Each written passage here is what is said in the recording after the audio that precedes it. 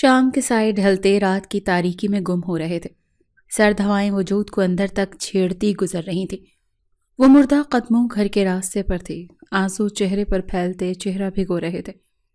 اس نے نہ آنسو صاف کرنے کی کوشش کی اور نہ کاندھوں سے سرکتی چادر کو درست کیا، وہ بس چلے جا رہی تھی۔ دائیں ہاتھ میں رپورٹ تھی جسے اس نے سختی سے پکڑ رکھا تھا۔ بار بار اس کی نظروں کے سامنے ماں کا چہرہ آ رہا تھا۔ کچھ دیر پہلے کا منظر اس کے ذہن میں نقش ہو گیا تھا۔ ڈاکٹر کی باتیں سماعت میں گونج رہی تھیں۔ آپ کی والدہ کے علاج کے لیے 50 لاکھ روپے چاہیے۔ اگر بروقت پیسوں کا انتظام نہ ہو سکا تو آپ کی والدہ صاحبہ کی جان جا سکتی ہے، اسی لیے کوشش کریں کہ 1 مہینے تک پیسوں کا انتظام کر لیں۔ ڈاکٹر پیشہ ورانہ کہہ رہی تھیں، جبکہ وہ سامنے بیٹھی بے بسی سے لفظ 50 لاکھ پر سکتے میں جا چکی تھی۔ وہ اتنے پیسے کہاں سے لاتی؟ اس کے سر پر تو باپ کا سایہ بھی نہیں تھا جو اس کی ماں کے لیے کچھ کر سکتا، نہ ہی کچھ ایسا کہ وہ اسے بیچ کر اپنی ماں کا علاج کروا سکتی۔ وہ بے جان قدموں سے اسپتال سے نکلی تھی اور پیدل ہی گھر کی طرف جا رہی تھی۔ اسے کوئی راستہ نظر نہیں آ رہا تھا۔ یوں لگ رہا تھا جیسے ہر طرف سے وہ قید ہو چکی ہو، کسی نے اسے اندھیرے کنویں میں پھینک دیا ہو۔ وہ بے بسی سے بس چلتی ہی چلی جا رہی تھی۔ ہر طرف ناکامی تھی، کہیں کوئی امید نظر نہیں آ رہی تھی، اور وہ امید کی ڈور کا سرا ڈھونڈنے کی ناکام کوشش کر رہی تھی۔ نہ جانے اسے اسپتال سے گھر پہنچنے میں کتنا وقت لگا تھا۔ گلی میں داخل ہوتے وقت وہ لکڑی کے ٹوٹے ہوئے دروازے کے قریب رک گئی اور گہرا سانس لینے کی کوشش کرتی، چہرہ صاف کیا اور ضبط کے مشکل مراحل طے کرتی اندر داخل ہوئی۔ سامنے ہی چارپائی پر اس کی ماں بیمار پڑی تھی۔ انہیں دل کا کوئی مرض تھا جس کی شکایت تو کافی عرصے سے تھی، مگر پیسوں کی قلت کے باعث بروقت وہ رپورٹ نہیں کروا سکے تھے۔ ابھی بھی اس کی فیس آئی تھی جس سے پیسے بچا کر اس نے ماں کی رپورٹیں کروائی تھیں۔ اس کے پاس اور کون تھا؟ ایک ماں ہی تو تھی۔ اگر انہیں کچھ ہو جاتا تو وہ کہاں جاتی، کس کے پاس جا کر خود کو زمانے کے درندوں سے بچاتی؟ یہ الگ بات تھی کہ ان پیسوں کے خرچ کرنے پر اب اسے 1 مہینہ یونی پیدل جانا تھا۔ وہ یونی کے پہلے سال میں تھی۔ یونی ایڈمیشن بھی اسکول اسکالرشپ کی وجہ سے ہوا تھا، ورنہ اس کی اتنی اوقات کہاں تھی کہ وہ یونیورسٹی کی پڑھائی کا سوچ بھی سکتی۔ ثانیہ کو ڈاکٹر بننا تھا۔ اس کا یہ شوق اس کے والد کی خواہش پر تھا جو چاہتے تھے کہ ان کی اکلوتی بیٹی ڈاکٹر بنے۔ ثانیہ اپنی کلاس کی ذہین اور سمجھدار بچی تھی۔ ہر بار وہ اول آتی۔ کالج داخلہ بھی اسکالرشپ پر ہوا تھا۔ کالج داخلے کے کچھ ہی عرصے کے بعد اچانک ثانیہ کے والد کی موت دل کا دورہ پڑنے پر ہوئی تھی۔ وہ کئی دن تک اس صدمے سے نکل نہیں سکی تھی، مگر کہتے ہیں نا، مرنے والے کو کب تک رویا جا سکتا ہے۔ وہ بھی سنبھلی گئی تھی۔ صبح کالج جاتی، شام اکیڈمی پڑھانے جاتی اور رات دیر تک اپنی پڑھائی جاری رکھتی، جس کی زندگی کی روٹین ہو چکی تھی، جو یونیورسٹی میں داخل ہونے کے بعد بھی شامل تھی۔ اس نے چہرے کے تاثرات کو نارمل کرتے سوچوں سے نکل کر اندر کی جانب قدم اٹھائے اور ماں کے پاس جاتی ان کا چہرہ چوم گئی۔ انہوں نے اس کے ماتھے پر بوسہ دیا اور ڈاکٹر کے بارے میں پوچھا۔ کیا کہا ڈاکٹر نے میرے بارے میں؟ انہوں نے پوچھا، جس پر وہ مسکرا دی۔ کچھ نہیں اماں، بس ذرا سا مسئلہ ہے، جلد حل ہو جائے گا۔ وہ جبراً مسکرا رہی تھی، ورنہ دل کر رہا تھا چیخے چلائے، پوری دنیا کو بتائے کہ وہ اس وقت خود کو کتنا بے بس محسوس کر رہی ہے۔ مگر وہ تو ایک بیٹی تھی، اور بیٹیوں کو کہاں زیب دیتا ہے یہ سب کرنا۔ وہ بھی نہ کر سکی۔ اس نے رات کے لیے کھانا بنایا اور اماں کے ساتھ بیٹھ کر کھانا کھایا۔ انہیں سونے کا کہا اور خود بھی لیٹ گئی۔ اماں تو کب کی سو گئی، مگر وہ نہ سو سکی۔ ساری رات اسی فکر میں گزری کہ 50 لاکھ کہاں سے لائے گی، کس سے مانگے گی، مگر ہر بات کی طرح جواب نہ ملا۔ وہ تو یتیم تھی اور یتیموں کا کون ہوتا ہے۔ اس نے آنسو اندر اتارے اور سونے کی کوشش کرنے لگی۔ کچھ ہی دیر تک نیند اس پر مہربان ہو چکی تھی۔ صبح آنکھ کھلتے ہی اس کے ذہن کو اسی فکر نے دوبارہ جکڑ لیا۔ وہ اٹھ کر سوتی ہوئی اماں کے پاس بیٹھی اور ان کے چہرے کو دیکھنے لگی۔ اماں، آپ ٹھیک ہو جائیں گی انشاءاللہ۔ اماں، سب کچھ ٹھیک ہو جائے گا، فکر مت کریے گا۔ آپ کی بیٹی آپ کو اس بیماری میں تنہا نہیں چھوڑے گی، پھر چاہے آپ کو بچانے کے لیے اسے کچھ بھی کیوں نہ کرنا پڑے۔ میں کروں گی اماں، جو مجھ سے بن پڑا ضرور کروں گی۔ ثانیہ مسلسل خاموشی سے روتے ہوئے اپنی سوئی ہوئی ماں کو تسلی دے رہی تھی۔ ارسا بیگم کی آنکھیں بند تھیں اور ان کی آنکھوں سے آنسو بہہ رہے تھے۔ کچھ تکلیف کی شدت تھی اور کچھ اس بات کی پریشانی بھی تھی کہ اگر اماں کو کچھ ہو گیا تو ان کی بیٹی ثانیہ، ان کی لاڈلی، کا کیا ہوگا؟ وہ دنیا میں اکیلی تھیں، باپ کا سہارا تو عرصہ پہلے ہی چھن گیا، بھائی اس کا کوئی تھا نہیں، باقی رشتہ دار سب لوگوں نے بابا کی موت کے بعد سے ہی ساتھ چھوڑ دیا تھا۔ سارا دن انہی سوچوں میں گزرا تھا۔ رات ہوتے ہی وہ ان سے مل کر کھانا بنانے چلی گئی۔ کھانا بنانے کے دوران بھی وہ یہی سوچ رہی تھی کہ اگر اماں کو کچھ ہو گیا تو ان کی بیٹی اکیلی کیسے اس دنیا میں رہ پائے گی؟ یہ دنیا والے تو بہت ظالم ہیں۔ اپنی ماں کو اگر ان کی بیماری کا بتا دیتی تو انہیں تسلی کیسے دیتی؟ وہ تو وقت سے پہلے ہی مر جاتی، اپنی اکلوتی بیٹی کی فکر لیتے ہوئے نہیں۔ وہ کچھ نہ کچھ کر ہی لے گی، وہ یوں نہیں مرنے دے گی اپنی ماں کو۔ وہ خود کو دوبارہ تسلی دینے کے ساتھ مسلسل کھانے کی تیاری بھی کر رہی تھی، ساتھ سوچتی بھی جا رہی تھی کہ وہ کیا کرے گی۔ رات کا کھانا کھا کر اماں کو دوا دے کر وہ لیٹ گئی تھی۔ اگلے دن اس کا ضروری لیکچر تھا جس کی وجہ سے اسے یونی جانا پڑا۔ کلاس میں پہنچتے ہی وہ اپنی مخصوص جگہ پر بیٹھی۔ چند لمحوں میں ہی اس کی دوست ہنا بھی اس کے ساتھ آ کر بیٹھی۔ ہنا اس کی کالج کی فرینڈ تھی اور ان دونوں میں سگی بہنوں والا پیار تھا۔ وہ دونوں ایک دوسرے کے غم بغیر بتائے سمجھ جایا کرتی تھی۔ ابھی بھی ہنا ثانیہ کو دیکھ کر چونک گئی تھی اور پھر ساری کلاس کے دوران وہ اس سے رونے کی وجہ پوچھتی رہی۔ ثانیہ اسے مسلسل ٹال رہی تھی۔ کلاس سے فارغ ہوتے ہی ثانیہ اسے لیے باہر نکلی تھی اور تیزی سے کسی الگ جگہ جہاں کوئی انہیں پریشان نہ کرے وہ جگہ ڈھونڈنے لگی۔ کچھ ہی دیر میں وہ دونوں ایک جگہ پر بیٹھی تھی۔ ہنا نے اس سے دوبارہ اس کے رونے کی وجہ پوچھی تو وہ رونے لگی، جس پر ہنا نے اسے گلے لگا لیا۔ وہ بھی خود بھی رو دینے کو ہوئی تھی۔ یار مجھے بتاؤ تو صحیح کہ کیا ہوا ہے، کیوں رو رہی ہو؟ ہنا پریشان ہو رہی تھی۔ اس نے کبھی ثانیہ کو یوں روتے نہیں دیکھا تھا۔ وہ بہت بہادر تھی، ہر سخت امتحان کو وہ بہادری سے دیتی تھی۔ ثانیہ نے اس کے ہاتھ پکڑے اور بولنے کے لیے الفاظ اکٹھے کرنے لگی۔ ہنا، میری امی بیمار ہے، ان کی طبیعت بہت زیادہ خراب ہے۔ وہ یہ کہتے پھر سے رونے لگی تو ہنا نے اس کے آنسو صاف کیے۔ یار تم پریشان نہ ہو، انشاءاللہ وہ جلد ٹھیک ہو جائیں گی، اور بیماریاں تو انسان کے ساتھ ساتھ ہوتی ہیں، پھر اتنا پریشان کیوں ہونا؟ اس کے سمجھانے پر ثانیہ نے نفی میں سر ہلایا۔ یقیناً ہنا اس کی بات کا مطلب عام بیماری سمجھ رہی تھی۔ ہنا، اماں کو دل کا مرض لاحق ہے جس کے علاج کے لیے 50 لاکھ روپے کی ضرورت ہے۔ اتنا کہتی وہ ہاتھوں میں چہرہ رکھے رونے لگی۔ اب اس کی بات پر ہنا بھی پریشان ہو چکی تھی۔ اسے بھی سمجھ نہیں آ رہا تھا کہ وہ ثانیہ کو کس بات سے تسلی دے۔ ہنا کے والد ایک معمولی سے جاب کرتے تھے جن کی تنخواہ سے ان کے گھر کا گزر بسر مشکل سے ہوتا تھا۔ وہ ثانیہ کی کسی صورت مدد نہیں کر سکتی تھی، تبھی اسے خالی دعائیں دیتی رہی۔ وہ دونوں ایک دوسرے سے بات کرتی، ایک دوسرے کا غم غلط کرتی رہی، اس بات سے انجان کہ ان کی باتیں کوئی اور وجود بھی سن چکا تھا۔ وہ دونوں دوبارہ اگلے لیکچر کے لیے کلاس میں گئیں۔ یہ لیکچر پروفیسر شاہمیر حیدر شاہ کا تھا جو انہیں انگلش پڑھاتے تھے۔ وہ شاہ فیملی سے تعلق رکھتے تھے۔ ان کی فیملی کا نام پاکستان کی امیر ترین فیملیز میں ہوتا تھا۔ ان کے والد اور چچا مشہور بزنس مین تھے۔ وہ خود بھی ایک بزنس مین تھا اور اپنے بابا کے اصرار پر یونی آتا تھا، کیونکہ یہ یونی اس کے بابا کے دوست کی تھی جنہیں شاہمیر حیدر کو اپنی یونی لانے کا بہت شوق تھا۔ وہ خود کئی بار اس سے کہہ چکے تھے مگر وہ ماننے کو تیار نہیں ہوتا تھا۔ پھر انہوں نے اپنے دوست یعنی شاہمیر کے والد حیدر شاہ سے درخواست کی، جس پر وہ بہت مشکلوں سے اپنے بابا کے کہنے پر مانا تھا۔ وہ صرف 1 مہینے کے لیے آیا تھا۔ اس کی پرکشش شخصیت سے لڑکیوں سے لے کر لڑکے بھی متاثر تھے۔ اس کے براؤن بال جو سلیقے سے سیٹ کیے ہوئے تھے، سفید رنگت جس پر سیاہ آنکھیں بہت پرکشش لگتی تھیں، چہرے پر سنجیدگی جو ہر وقت موجود ہوتی، سیاہ پینٹ کوٹ پہنے وہ دل میں اترتا ہوا محسوس ہوتا تھا۔ وہ اپنا لیکچر دے رہا تھا، پوری کلاس غور سے اسے سن رہی تھی، سوائے آخری قطار میں دائیں طرف بیٹھی اس مغرور لڑکی کے جو منہ میں پن لیے ہر چیز کو اگنور کیے بس اسے دیکھ رہی تھی۔ ایسا نہیں تھا کہ شاہمیر شاہ کو اس کی اس حرکت کا علم نہیں تھا، وہ اچھے سے محسوس کر سکتا تھا۔ اس کی حساسیات اس کی باخبر رکھتی تھی۔ وہ ویسے بھی اگر آپ کسی انسان کی طرف مسلسل دیکھتے ہیں تو اسے محسوس ہوتا ہے کہ کوئی اسے دیکھ رہا ہے۔ شاہمیر شاہ تو ویسے بھی ایک ذہین شخص تھا۔ مناہل کا اسے مسلسل دیکھنا اب اس کا ضبط آزما رہا تھا۔ چہرہ سرخ ہونے لگا۔ اس نے پلٹ کر سخت نظروں سے مناہل کو دیکھا جو اس کے دیکھنے پر ایک آنکھ ونک کر گئی۔ اس کے اس درجہ ڈھٹائی پر وہ غصہ ضبط کرتے رہ گیا۔ اس نے خود کو نارمل کرنے کی کوشش کی مگر ناکام رہا۔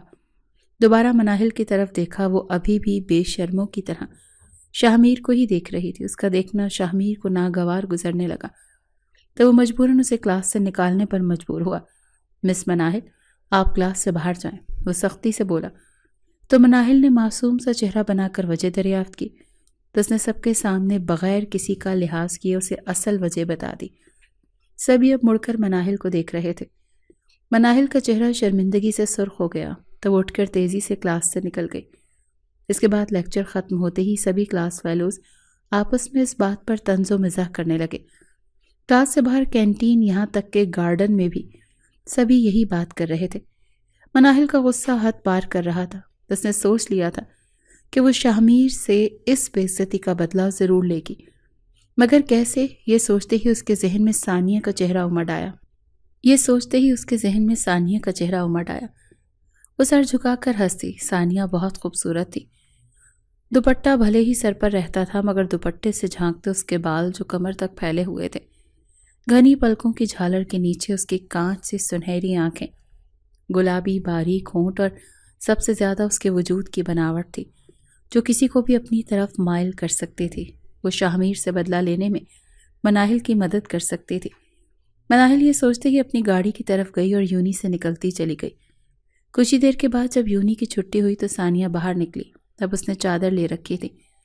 تیز قدموں سے چلتی وہ بس اسٹاپ کی طرف جا رہی تھی جب اچانک اس کے قریب ایک کار آ کر رکی۔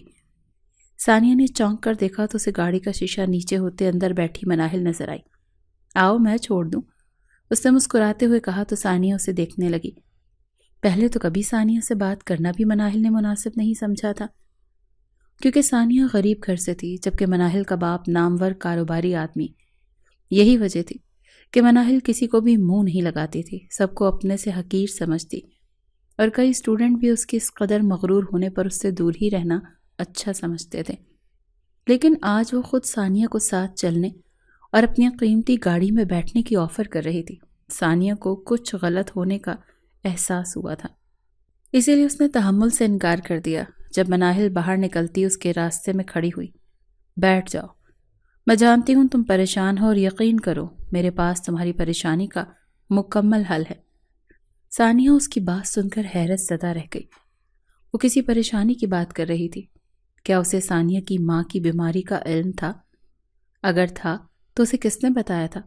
پل بھر کو اسے حنا پر شک ہوا، مگر نہیں، وہ نہیں بتا سکتی تھی، وہ تو ثانیہ کی رازدار تھی۔ وہ اب خود سے سوال کر رہی تھی۔ جب مناہل نے اس کے پاس چٹکی بجائی تو وہ ہوش کی دنیا میں واپس آئی۔ ابھی وہ دوبارہ انکار کرتی جب مناہل نے اس کے لیے خود گاڑی کا دروازہ کھولا اور اسے بیٹھنے کو کہا۔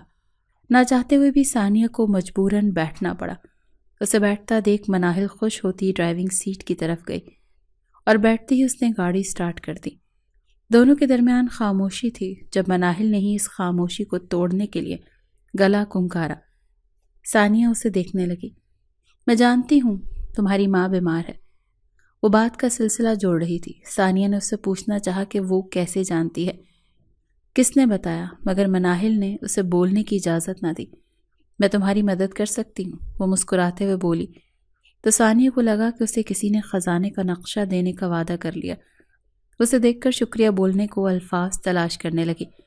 جب مناہل دوبارہ بولی، تم تو جانتی ہو ثانیہ، اس دنیا میں کوئی کسی کے لیے کچھ نہیں کرتا، میں بھی اسی اصول کو مانتی ہوں۔ میں تمہیں 50 نہیں 60 لاکھ دوں گی، مگر اس کے لیے تمہیں میری مدد کرنی ہوگی۔ ثانیہ کے چہرے کی رونق مان پڑ گئی۔ وہ اپنا سمجھی سے مناہل کو دیکھنے لگی۔ تمہیں میرے لیے ایک کام کرنا ہوگا، پھر میں تمہیں پیسے دے دوں گی۔ وہ ابھی بھی مسکرا رہی تھی۔ میں کیا کر سکتی ہوں آپ کے لیے؟ وہ معصوم نہ سمجھی سے پوچھ رہی تھی۔ تم تو بہت کچھ کر سکتی ہو۔ مناہل نے گاڑی ایک طرف روکتے اس کے چہرے پر انگلی سے ٹریس کرتے کہا۔ ثانیہ کو اس کو چھونا اچھا نہیں لگا تھا، تبھی وہ اپنا چہرہ پیچھے کر گئی۔ اسے کبھی کسی نے یوں نہیں چھوا تھا۔ وہ ایسے ماحول سے نہیں تھی۔ مناہل اور ثانیہ کا ماحول بہت مختلف تھا۔ وہ دونوں الگ الگ طرح کی کلاس سے تعلق رکھتی تھی۔ مناہل اسے یوں پیچھے ہوتا دیکھ قہقہہ لگا کر ہنسی۔ اچھا سنو، تمہیں کرنا یہ ہے کہ تم شاہمیر کے ساتھ ایک پرینک کرو گی۔ مناہل کی بات پر ثانیہ نے اس سے اس کی بات کا مطلب پوچھا تو مناہل سیدھی ہوئی۔ تم کل یونی میں شاہمیر کو دھوکے سے کلاس میں لے جاؤ گی اور پھر جیسے جیسے مناہل اسے اپنا پلان سمجھا رہی تھی ویسے ویسے ثانیہ کی رنگت سفید ہوتی جا رہی تھی۔ وہ نفی میں سر ہلا رہی تھی۔ وہ ایسا نہیں کر سکتی تھی، وہ پیسوں کے لیے اپنے بابا کی عزت خاک میں نہیں ملا سکتی تھی۔ مگر وہ خاموش رہی، وہ کچھ کہہ نہ سکی کیونکہ اس کی آنکھوں کے سامنے اپنی ماں کا چہرہ آ رہا تھا۔ وہ اپنی ماں کو اس بیماری میں تنہا نہیں چھوڑ سکتی تھی۔ مناہل اسے خاموش دیکھ سمجھ گئی کہ وہ صحیح غلط کے درمیان پھنس چکی ہے۔ اسی لیے مناہل نے پرس سے نوٹوں کی گڈی نکالی اور ثانیہ کی گود میں پھینکی۔ صبح اس نے یہ پیسے اپنے بابا سے اپنے دوستوں کو پارٹی دینے کے لیے لیے تھے، مگر اب اس کے لیے پارٹی سے زیادہ اس وقت اپنی ذلت کا بدلہ لینا تھا۔ ثانیہ اتنے زیادہ پیسے دیکھ حیرت میں مبتلا ہو گئی۔ یہ 1,00,000 روپے ہیں، باقی کام ہونے کے بعد جتنے تم کہو گی۔ اگر تم کہو گی تمہاری ماں کا علاج میں خود کرواؤں تو وہ بھی میں خود کروا دوں گی۔ جتنے پیسے لگیں گے لگوائیں گے، بس تم میرا کام کر دو۔ وہ مسکراتے اسے جال میں پھنسانے کی کوشش کر رہی تھی۔ میں آپ کو کل بتاؤں گی، ثانیہ انہیں پیسے واپس دیتی بولی اور اپنا راستے چلتی۔ مناہل کافی دیر تک اس کے پیچھے رہی، پھر اس کا گھر دیکھ کر ابھی گاڑی موڑنے ہی لگی تھی جب ثانیہ کی چیخ بلند ہوئی، جسے سنتے وہ تیزی سے گاڑی سے اتر کر گھر کی طرف دوڑی۔ گھر میں داخل ہوتے ہی اس کی نظر ثانیہ پر گئی، جو فرش پر گری اپنی ماں کے پاس بیٹھی رو رہی تھی۔ مناہل اس کے پاس گئی، اس نے اس کی ماں کو چھو کر دیکھا۔ وہ بولی ہمیں انہیں اسپتال لے کر جانا چاہیے۔ اتنا کہتی اس نے خود ثانیہ کے ساتھ مل کر اس کی ماں کو اٹھایا اور باہر جا کر گاڑی میں پچھلی طرف لٹایا۔ ثانیہ بھی اس کے ساتھ بیٹھی۔ مناہل گاڑی فل تیز چلاتے اسپتال تک پہنچی تھی، پھر وہاں اسٹریچر پر ڈالے اسپتال کا عملہ لے گیا۔ ثانیہ روتی رہ گئی، ابھی تک وہ رو رہی تھی۔ ڈاکٹر باہر نکلے اور روح کھینچنے والے الفاظ ثانیہ کی سماعت میں شیشے کی طرح ڈالتے چلے گئے۔ وہ سن ہو کر بیٹھی تھی۔ جب مناہل نے اس نے کاندھے پر ہاتھ رکھا اور بولی ابھی بھی وقت ہے، سوچ لو، میں تمہاری ماں کا علاج ابھی اسی وقت شروع کروا سکتی ہوں اگر تم میرے ساتھ یہ ڈیل کر لو۔ مناہل کی بات پر اس نے اپنی آنکھیں بند کی اور کچھ لمحوں بعد کھولی۔ وہ یوں ہوئی تھی جیسے خود کو ہمت دے رہی ہوں۔ پھر اس نے جیسے اپنی ہی موت کا انتظام کرتے مناہل کو ہاں کہا تھا۔ مناہل خوشی سے جھوم اٹھی اور پھر اس نے اسپتال کے تمام اخراجات اپنے ذمے لے لیے۔ وہ باہر کی طرف چلی گئی۔ وہ جا چکی تھی، مگر جاتے جاتے وہ ثانیہ کو مار گئی تھی۔ ثانیہ شدت سے روئی تھی، یہ سوچ کر کہ شاید اس کے بعد اسے رونا نہ پڑے، مگر وہ بے خبر تھی کہ اب تو اس کی قسمت میں پل پل رونا اور مرنا لکھ دیا گیا تھا۔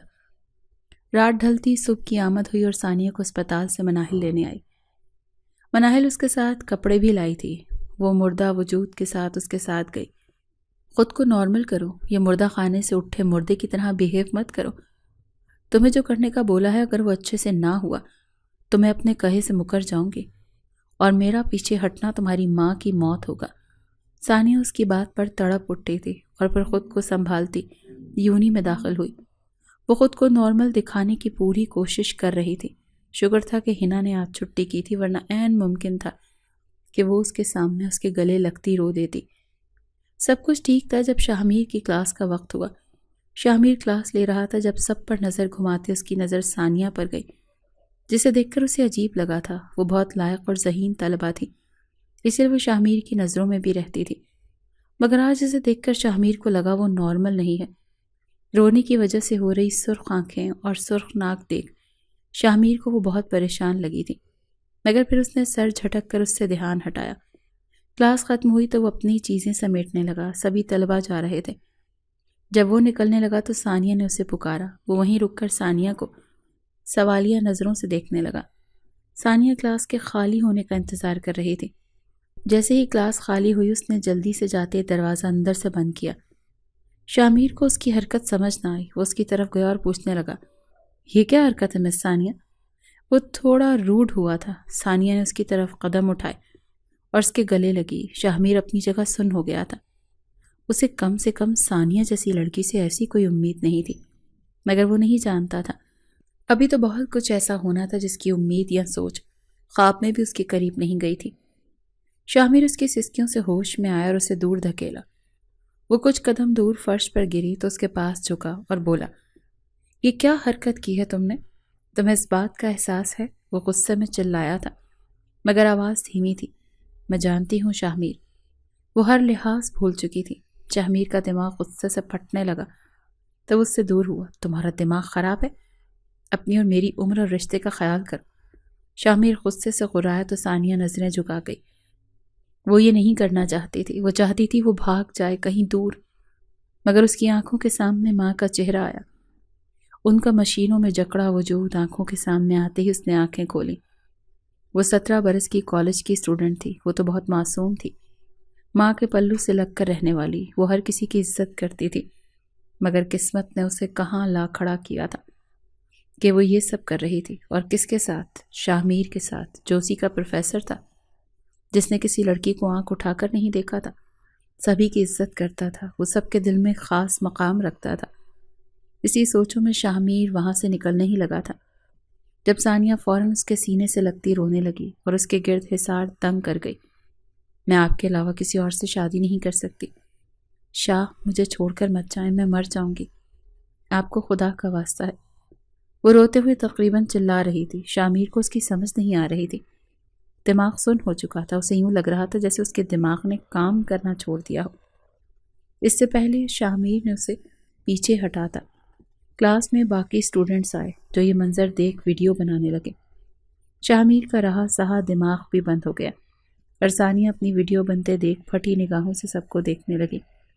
اسٹوڈنٹ آپس میں چہمگوئیاں کرنے لگے۔ دیکھو ذرا کیا زمانہ ہے، ہمارے سامنے دونوں کتنے شریف بنتے ہیں اور تنہائی میں کتنی نازیبا حرکتیں کر رہے ہیں۔ ارے کیا پتہ اور کیا کیا ہوا ہو ان دونوں کے درمیان۔ ان کی باتیں سنتے ہی ثانیہ نے اپنا چہرہ چھپانا چاہا۔ شاہ میر ان سب کے درمیان نہ کردہ جرم کا مجرم بنا کھڑا تھا۔ اسے کچھ سمجھ نہیں آ رہا تھا، زندگی میں کبھی کچھ ایسا نہیں کیا تھا جس پر اسے کسی کی غلط نظر برداشت کرنی پڑے ہو، مگر آج نہ جانے اسے کس جرم کی سزا ملی تھی۔ جب وہ بد کردار ہو گیا تھا، سبھی اسٹوڈنٹ کو پیچھے ہٹاتے پرنسپل اندر داخل ہوا اور شاہ میر کے پاس گیا۔ شاہ میر نے انہیں دیکھا، اس کا بازو پکڑے لے جانے لگے۔ اسٹوڈنٹ پیچھے ہوتے گئے، وہ شاہ میر کو لے کر چلے گئے تھے، جبکہ ثانیہ وہیں کھڑی رہ گئی۔ میرے ساتھ بھی کچھ لمحے گزار لو، ایک اسٹوڈنٹ نے اس کا بازو پکڑتے کہا تو اس نے اپنا بازو چھڑوایا اور وہاں سے بھاگی۔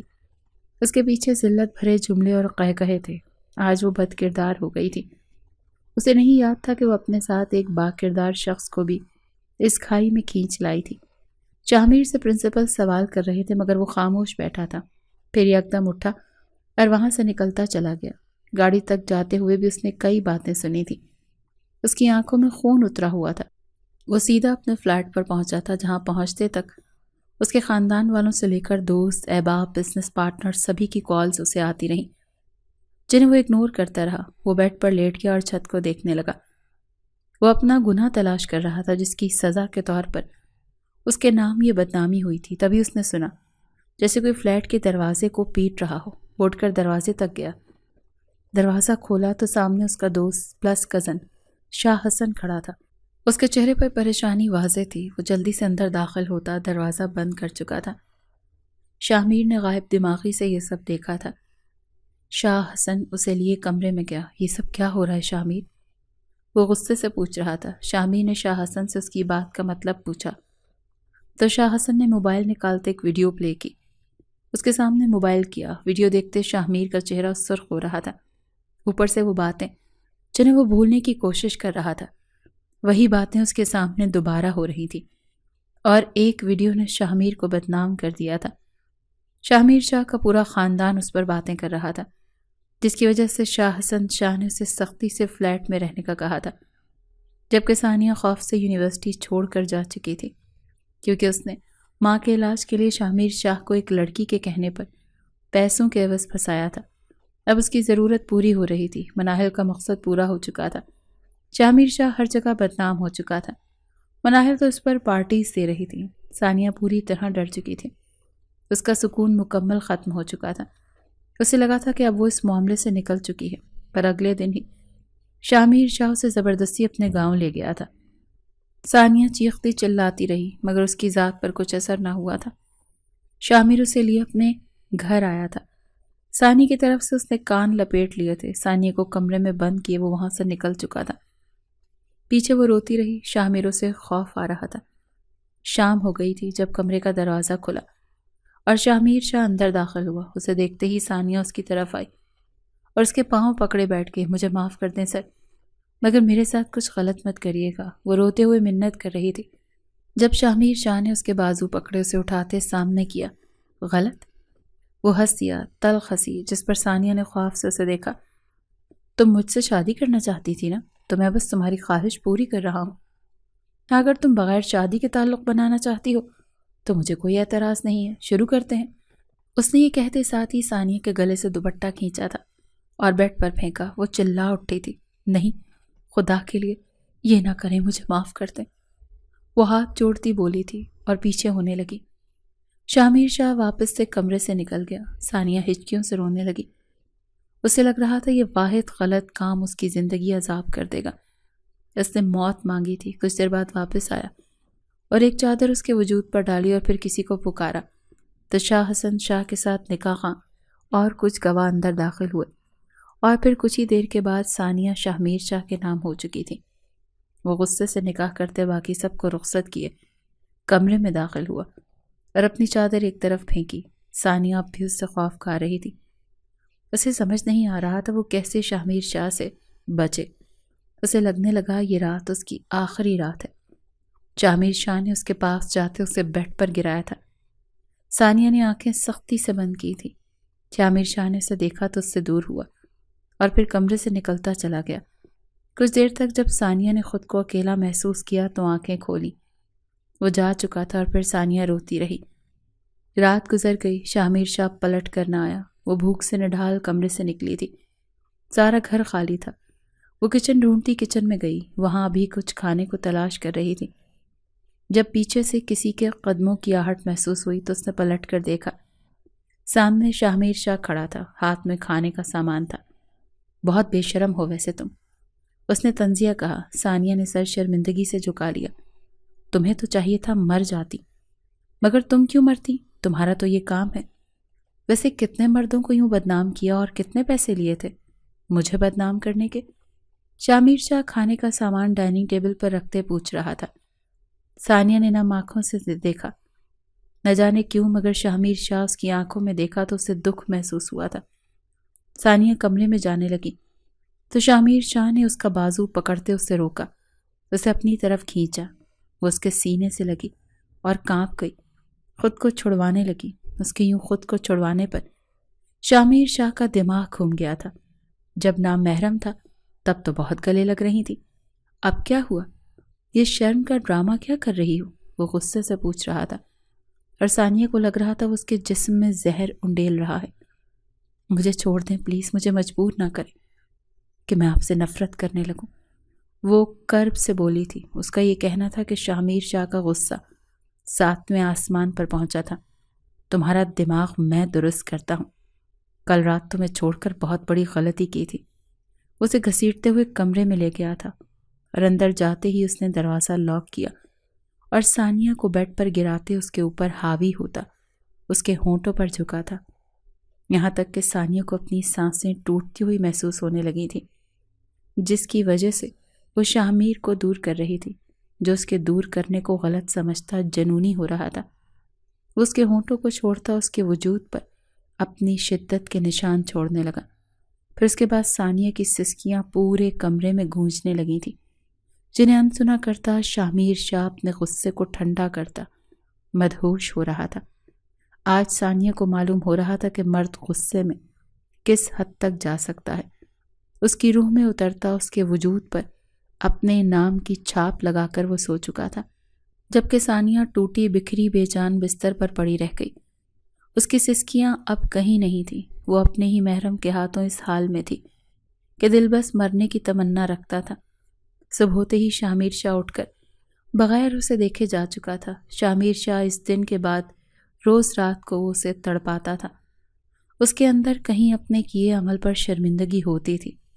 اسے یوں نہیں کرنا چاہیے تھا، لیکن وہ اس وقت غصے میں تھا، اسے کچھ سمجھ نہیں آ رہا تھا۔ مناہل اپنی جگہ بہت خوش تھی، اسے شاہمیر شاہ سے محبت تھی، یہ وہ سب سے کہتی تھی، مگر کیا سچ میں اسے شاہمیر شاہ سے محبت تھی؟ وہ تو اسے بدنام کر چکی تھی۔ شاہمیر شاہ اس دن کے بعد اگر یونی نہیں گیا تھا تو ثانیہ بھی کہیں نہیں ملی تھی۔ مناہل ثانیہ کی ماں کا علاج کروا چکی تھی، ان کا آپریشن ہو گیا تھا، وہ آہستہ آہستہ ٹھیک ہو رہی تھی۔ مگر جو سوال اس نے زبان پر چاروں پہر رہتا وہ ان کی بیٹی کے بارے میں تھا۔ وہ جب بھی مناہل کو دیکھتی اسے ثانیہ کے بارے میں پوچھتی۔ مناہل اب خود پریشان ہو چکی تھی۔ مناہل کی ماں طلاق لے کر اس کے بچپن میں ہی الگ ہو چکی تھی، یہاں تک کہ مناہل نے کبھی انہیں نہیں دیکھا، اسی لیے اس نے ماں کا پیار محسوس نہیں کیا تھا۔ مگر جب سے وہ ثانیہ کی ماں کا علاج کروا رہی تھی تب سے اسے لگا کہ وہ ماں کی کمی جو اس نے محسوس کی تھی، جو وہ محسوس کرتی آئی تھی، وہ پوری ہو رہی ہے۔ وہ جب بھی اداس ہوتی ثانیہ کی ماں کے پاس آ جاتی۔ آج بھی وہ اسپتال پہنچی تھی، ہاتھ میں پھول اور کچھ کھانے کے لیے پھل تھے، چہرے پر مسکراہٹ تھی۔ وہ سیدھا ان کے پاس گئی تھی، انہیں سلام کرتی ان کے قریب بیٹھ گئی۔ وہ مناہل کو دیکھتے اس سے دوبارہ ثانیہ کے بارے میں پوچھنے لگی۔ میں اسے ڈھونڈ رہی ہوں اماں، آپ فکر مت کیا کریں، مناہل نے تسلی دی تھی۔ میری ثانیہ تو بہت معصوم ہے، پتہ نہیں وہ کہاں ہوگی، ٹھیک بھی ہوگی کہ نہیں۔ وہ افسردگی سے بولی۔ اماں، ہر ماں کو اس کی اولاد معصوم ہی لگتی ہے، مناہل نے مسکراتے کہا تو انہوں نے نفی میں سر ہلایا۔ نہیں مناہل بیٹا، میں اگر ماں کے عہدے سے اتر کر بھی کہوں تو یہی کہوں گی، ثانیہ بہت معصوم ہے، کیونکہ اس نے باہر کی دنیا نہیں دیکھی۔ وہ تو گھر کی چار دیواری میں رہی ہے، پڑھنے بھی جاتی تو سیدھا گھر ہی آتی، کہیں اور نہ جاتی۔ ثانیہ کو ڈر لگتا تھا، وہ کبھی کسی سے دوستی بھی نہیں کرتی، مگر ہنا کے رویے نے اسے مجبور کر دیا تھا کہ وہ اس سے دوستی کر لے۔ ثانیہ کے لیے میں اس کا سب کچھ ہوں اور وہ میرے لیے کچھ بھی کر سکتی ہے، وہ مسکراتے ہوئے کہہ رہی تھی، جبکہ مناہل کو کھو سی گئی تھی۔ کیا اس نے غلط کیا تھا ثانیہ کے ساتھ؟ اس نے دل سے بے ساختہ پوچھا۔ پھر یکدم اس کے ذہن میں آیا، ثانیہ اور شاہ میر ایک ہی دن کے بعد سے غائب تھے، کہیں شاہ میر شاہ نہیں ثانیہ کو؟ یہ سوچ آتے اس کا دماغ بھاگ سے اڑا تھا۔ وہ وہاں سے نکلتی سیدھا ہنا کے پاس گئی، جس نے اسے ثانیہ کے بارے میں یہی بتایا کہ آخری بار اس نے ثانیہ کو اسپتال میں ہی دیکھا تھا۔ پھر مناہل نے اپنے کسی دوست سے کہہ کر شاہ میر شاہ کے بارے میں پتہ لگوایا کہ وہ آج کل کہاں مصروف ہے۔ 2 دن بعد اسے سب کچھ پتہ چل گیا تھا۔ وہ ایک گھر میں آتا جاتا ہے، وہ گھر گاؤں میں ہی ہے، مگر وہاں اس کی فیملی میں سے کوئی نہیں ہوتا۔ مناہل اس گھر کے سامنے کھڑی تھی، پھر کافی دیر بعد اس نے دروازے پر دستک دی۔ کچھ ہی دیر کے بعد دروازہ کھلا اور ایک بوڑھی عورت باہر نکلی۔ یہ وہی عورت تھی جسے شاہ میر شاہ نے ثانیہ پر نظر رکھنے کے لیے رکھا تھا۔ اس عورت نے مناہل سے پوچھا کہ اسے کس سے ملنا ہے، تو بے ساختہ مناہل نے شاہ میر شاہ کا نام لیا تو اس عورت نے اسے جگہ دی اور لاؤنج میں لے گئی۔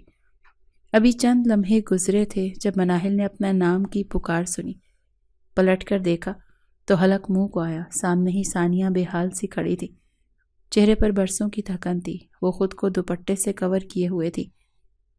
اندر آتے ہی اس نے اس عورت کو باہر بھیج دیا اور مناہل کے سامنے کھڑی ہوئی۔ مناہل، میری ماں کیسی ہے؟ وہ اب ٹھیک ہے نا؟ وہ بے چینی سے پوچھ رہی تھی، جبکہ مناہل تو اس کے چہرے کو دیکھ رہی تھی۔ اس کے ہونٹ زخمی تھے، یوں جیسے کسی نے بے دردی سے مسلا ہو، جبکہ آنکھیں نیند کی کمی کی وجہ سے بے رونق سی لگ رہی تھیں۔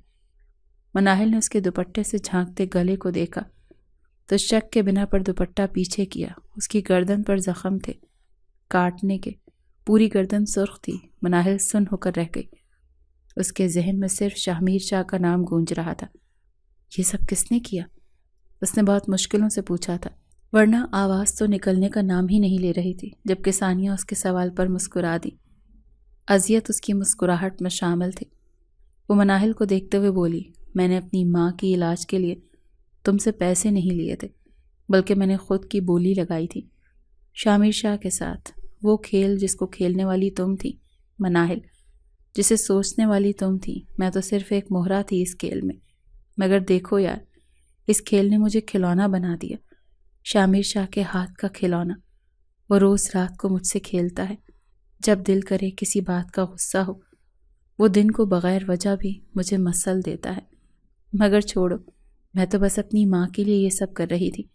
تم بتاؤ نا، وہ کیسی ہیں، ٹھیک تو ہیں؟ اس کا لہجہ کرب لیے ہوئے تھا۔ مجھے معاف کر دو ثانیہ، مناہل نے دکھ سے کہا۔ وہ یہ سب نہیں چاہتی تھی، وہ مغرور ضرور تھی، مگر ایسی تو نہیں تھی کہ کسی لڑکی کو یوں رسوا کر دیتی۔ اس نے تو بس شاہ میر شاہ کو جھکانا تھا، اسے بدنام کروانا تھا۔ وہ نہیں جانتی تھی کہ وہاں موجود اسٹوڈنٹ ان کی ویڈیو بنا لیں گے۔ ثانیہ نے اس کے کہنے پر اسے یوں دیکھا جیسے وہ کوئی اجنبی ہو۔ تم کیوں معافی مانگ رہی ہو؟ معافی تو مجھے مانگنی چاہیے، میں نے تم سے مدد لینے کا سوچا تھا، اس سے تو اچھا تھا کہ میں کسی کوٹھے پر جا کر خود کو نیلام کر دیتی، تب یہ دکھ نہ ہوتا کہ مجھے نوچنے والا میرا اپنا شوہر ہے۔ خیر یار، تو مجھے اماں کی طبیعت کا کیوں نہیں بتا رہی؟ وہ چڑھ کر بولی تھی، ٹھیک ہے، وہ آپریشن ہو چکا ہے، بس تمہیں یاد کرتی ہیں، تمہارے بارے میں پوچھتی رہتی ہیں۔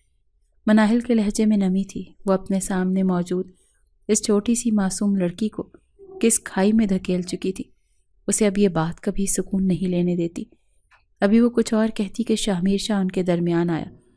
اس کے چہرے پر بے یقینی کے تاثرات تھے۔ وہ مناہل کو دیکھ رہا تھا۔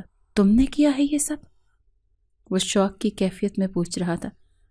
شاہ حسن شاہ دروازے پر کھڑا تھا۔ اس نے ایک نظر ثانیہ کو دیکھا تھا، جو اب بھی بغیر دوپٹے کے تھی۔ پھر اس کی نظریں مناہل پر ٹک گئی تھیں۔ وہ مغربی لباس زیب تن کیے، شولڈر کٹ ہیئر، سفید رنگت کی مالکہ اس وقت اذیت میں لگ رہی تھی۔ شاہ اس کے سامنے کھڑا تھا اور وہ سر جھکائے ہوئے تھی، بالکل مجرموں کی طرح۔ پھر یکدم شاہ اس کی جانب بڑھا۔ اس کا غصہ محسوس کرتے شاہ حسن شاہ تیزی سے مناہل کے سامنے کھڑا ہوا۔ میر، ابھی نہیں پلیز، ابھی تم غصے میں ہو، اس نے جلدی سے کہا تھا، اور پھر وہ مناہل کی جانب پلٹا۔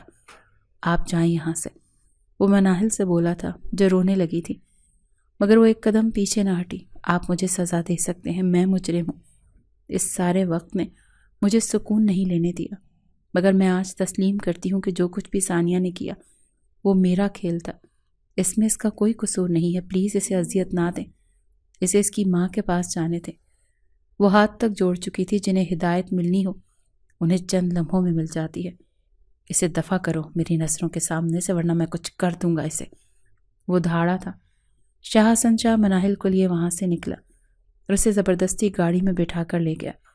شاہ اپنے بال نوچ رہا تھا جب اسے پیچھے سے گرنے کی آواز آئی۔ پلٹ کر دیکھا تو ثانیہ زمین پر گری ہوئی تھی۔ اس نے اسے تیزی سے اٹھایا اور باہر بھاگا اور سیدھا شہر کے ہسپتال لے گیا۔ اندر ثانیہ کا چیک اپ ہو رہا تھا، باہر وہ سر شرمندگی سے جھکائے بیٹھا تھا۔ وہ کیا کر چکا تھا، وہ کتنی تکلیف دے چکا تھا۔ سچ کہتے ہیں غصہ حرام ہے۔ آج وہ مان چکا تھا کہ غصہ واقعی حرام ہے، جس میں اس نے اپنی ہی بیوی کو اذیت دی تھی۔ ڈاکٹر باہر آئی اور اسے پیچھے آنے کا بولا۔ یہ آپ کی وائف ہے؟ ڈاکٹر نے پوچھا تو شاہ نے اس بات میں سر ہلایا۔ ان کی حالت آپ نے کی ہے؟ دوسرا سوال جس پر شاہ کا سر جھک گیا۔ آپ تو پڑھے لکھے لگتے ہیں، مگر حیرت ہے پھر آپ نے جاہلوں جیسا سلوک کیا ہے ان کے ساتھ۔ وہ افسوس سے بولی تو شاہ نے ثانیہ کے بارے میں پوچھا۔ انہوں نے اسے دیکھا اور اسے دیکھ کر مسکرا کر بولی، مبارک ہو، یہ امید سے ہیں۔ یہ مسکرا رہی تھی، جبکہ شاہ جیسے آسمانوں پر پہنچا تھا۔ انہیں ذہنی سکون دیں، دوبارہ یہ سب مت کریے گا ورنہ بیبی کی جان کو خطرہ ہو سکتا ہے۔ اگلی ہدایت پر وہ اس بات میں سر ہلاتا اٹھا اور ثانیہ جہاں تھی وہاں گیا۔ وہ ابھی تک بے ہوش تھی۔ شاہ نے جھک کر اس کی پیشانی پر نرمی سے بوسہ دیا۔ یہ اس کا ثانیہ کے وجود پر محبت سے چھوڑنے والا پہلا بوسہ تھا۔ یہ سوچتے وہ مسکرا دیا۔ دوسری طرف مناہل کو شاہ حسن شاہ اس کے بتائے ایڈریس پر چھوڑنے آیا۔ سارے راستے وہ اپنے کیے کی بات پر روتی رہی تھی۔ جب شاہ حسن نے بس لب بیوس کیے رکھے، اسے اس لڑکی کا یوں رونا اچھا نہیں لگ رہا تھا۔ مناہل کو چھوڑ کر وہ واپس شاہ کے گھر گیا، جہاں سے اسے ثانیہ کے بے ہوش ہونے کا پتہ چلا تو وہ ہسپتال گیا تھا۔ شاہ اسے دیکھتے ہی اس کے گلے لگا اور خوشخبری سنائی تھی۔ اب اس کا خیال رکھنا امیر، اب تو تمہیں ثبوت بھی مل گیا کہ یہ بے گناہ ہے، بس وقت کے ہاتھوں مجبور تھی۔ شاہ حسن شاہ کی بات پر اس نے اس بات میں سر ہلایا اور ثانیہ کو ہوش میں آنے سے پہلے ہی اسے لیے اپنے ساتھ وہیں شہر میں ہی اپنے فلیٹ پر لے گیا۔ رات کا نہ جانے کون سا پہر تھا جب ثانیہ کی آنکھ کھلی تھی۔ اس نے خود کو کسی کے نرم حصار میں محسوس کیا تو جھٹکے سے اٹھی۔ اس کے یوں اٹھنے پر شاہ کی بھی آنکھ کھل گئی۔ وہ اسے ناسمجھی سے دیکھ رہی تھی۔ شاہ اس سے اس کی طبیعت کا پوچھ رہا تھا۔ آپ کیوں پرواہ کر رہے ہیں میری؟ میں تو مجرم ہوں شاہ۔ وہ اس کی فکر پر طنزیہ بولی تھی اور بیڈ سے اٹھنے لگی جب شاہ نے اس کی کلائی پکڑتے اپنی جانب کھینچتے اسے اپنے سینے پر لٹایا۔ میں جانتا ہوں بہت غلط کر چکا ہوں، اسی لیے اب اس غلطی کو سدھارنا چاہتا ہوں۔ تم چاہو تو کوئی بھی سزا دے سکتی ہو، اس کے چہرے کو نرم بوسوں سے سجاتے محبت سے بولا۔ ثانیہ نے سرخ ہوتے چہرے سے اسے دیکھا، اور یہ خیال مناہل کی بات سن کر آیا ہوگا۔ اسے شدید دکھ ہو رہا تھا شامیر شاہ کے رویے پر۔ شامیر شاہ نے اس کے لبوں کو نرمی سے چھوا، نہیں، اپنی اولاد کا سن کر۔ اس کے جواب پر ثانیہ آنکھیں پھاڑے اسے دیکھنے لگی۔ وہ کیا کہہ رہا تھا؟ آپ کیا کہہ رہے ہیں؟ اس کی حیرت کسی صورت کم نہیں ہو رہی تھی۔ شامیر شاہ ہنس دیا۔ اتنا حیران کیوں ہو رہی ہو؟ وہ شرارت سے پوچھ رہا تھا۔ کیا نفرتوں کی بھی نشانیاں ملتی ہیں جنہیں دیکھتے ساری زندگی انسان اذیت میں رہے؟ ثانیہ کی بات پر شامیر شاہ کے چہرے پر تاریکی چھائی تھی۔ اس نے دیکھا وہ کرب سے بول رہی تھی۔ شامیر شاہ نے اسے اپنی باہوں میں لینا چاہا مگر وہ دور ہو گئی۔ یہ مت کریں شامیر شاہ، مجھے نرمی کی عادت نہیں ہے، میں سختی کی عادی ہوں۔ وہ تلخی سے مسکرائی تھی۔ معاف نہیں کر سکتی ثانیہ؟ اللہ کی رضا کے لیے معاف کر دو، وعدہ کرتا ہوں کبھی کوئی غلط رویہ نہیں رکھوں گا۔ وہ ہاتھ جوڑ کر بولا۔ اس کا اللہ کا واسطہ دینا ثانیہ کے قدم زنجیر کر گیا تھا۔ وہ گھٹنوں پہ سر رکھ کے شدت سے روتی۔ اسے یوں روتا دیکھ شامیر شاہ نے اسے سمیٹا تھا۔ اس کے سینے میں منہ دیے کافی دیر تک روتی رہی، اور وہ رونا چھوڑ سسکیاں بھرتی رہی۔ شامیر شاہ بار بار اس سے معافی مانگ رہا تھا، جس پر اس نے اللہ کے لیے اسے معاف کر دیا تھا۔ اسے اگلی صبح اس کی ماں سے ملوانے لے گیا تھا۔ دونوں ماں بیٹی بہت روئی تھی۔ مناہل ان سے مل کر ایئرپورٹ جانے والی تھی جب راستے میں کسی نے اس کی گاڑی کا راستہ بلاک کر دیا۔ جب وہ باہر نکلی تو سامنے حسن شاہ کھڑا تھا۔ اس کے پاس آیا اور گھٹنوں کے بل بیٹھا۔ مجھ سے ایسے کام نہیں ہوتے مناہل، لیکن کیا پھر بھی تم مجھ سے شادی کرو گی؟ وہ اٹھ کر بولا منہ بنائے۔ وہ اس کے سامنے کھڑا ہوا، جس پر مناہل ہنسی۔ پھر میں ہاں سمجھوں؟ مناہل کے ہنسی کو دیکھ کر وہ بولا۔ تو مناہل نے کاندھے اچکاتے کہا، بابا سے پوچھ لیں۔ اور پھر ایک ہفتے میں شاہ حسن شاہ مناہل کو اپنے نام کروا چکا تھا۔ وہ کمرے میں داخل ہوا تو سامنے وہ سجی سنوری بیٹھی تھی۔ مناہل نے اسے دیکھا تو خدا کا شکر ادا کیا، ساتھ اپنے کیے کی معافی مانگی۔ اسے ہدایت مل چکی تھی اور ثانیہ کو پرسکون اور خوشیوں بھری زندگی۔ وہ شہر میں رہتی تھی، اس کی ماں اس کے پاس تھی۔ شاہ فیملی بھی ان سے ناراض تھی، مگر وہ پر امید تھی کہ ایک دن وہ لوگ بھی اسے قبول کر لیں گے۔